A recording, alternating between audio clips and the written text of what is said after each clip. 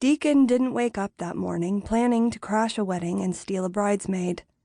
In fact, he didn't wake up expecting much of anything on his 4th day on the boring remote island where his older brother was holding him hostage for the summer. What the hell was he even doing on Gansett, the island he'd grown up on, where his brother was now the freaking police chief? Deacon was a grown-ass man and could do whatever the hell he wanted. Why was it that Blaine had such power over him even now? It was infuriating, but he didn't need to think about that while he had a hot babe holding on tight to him as he drove his motorcycle toward the bluffs on the island's north side.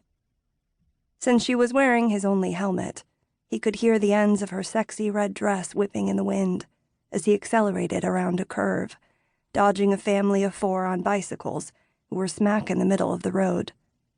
He, who didn't have much trouble attracting female companionship, could honestly say it had been years, perhaps a lifetime, since he'd met a woman as stunningly gorgeous as the one wrapped around him at this moment.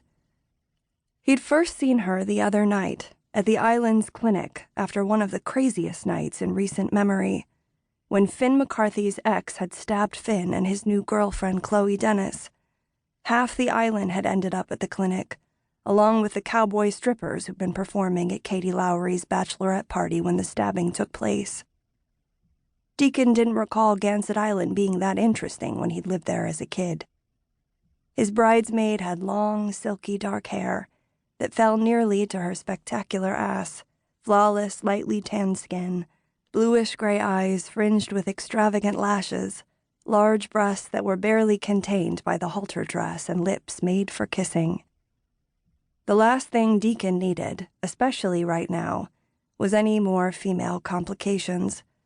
However, he'd dare any red-blooded man to take one look at the sexy bridesmaid on the back of his bike and not want her riding shotgun.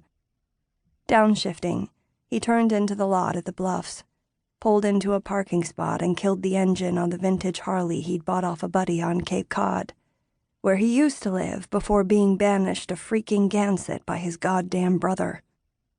Despite his displeasure at being back on the island, Deacon had to admit that Gansett had kind of a wild, untamed beauty that he'd forgotten about during his years away. He wanted to hate everything about being there, and how Blaine had issued the ultimatum to Deacon, as if he were a recalcitrant teenager. Come home with me or face major charges. Hell of a choice. He got off the bike and helped his stolen bridesmaid remove the helmet. First order of business would be finding out the name of the goddess he'd run away with. Wait till Blaine figured out that she'd left with him. He'd pop a nut. Deacon choked back a laugh at the thought of Blaine's nut popping because of him. It had given him great pleasure all his life to irritate his brother and vice versa. Why? He couldn't say. That's just how it was between them. Blaine was such a Dudley do-right, and Deacon, well, he was a Dudley do whatever the fuck he wanted.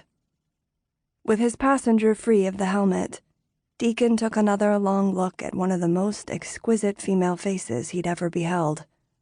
It didn't take a rocket scientist to see that while she was stunning, she was also troubled, and he'd had more than his share of troubled females.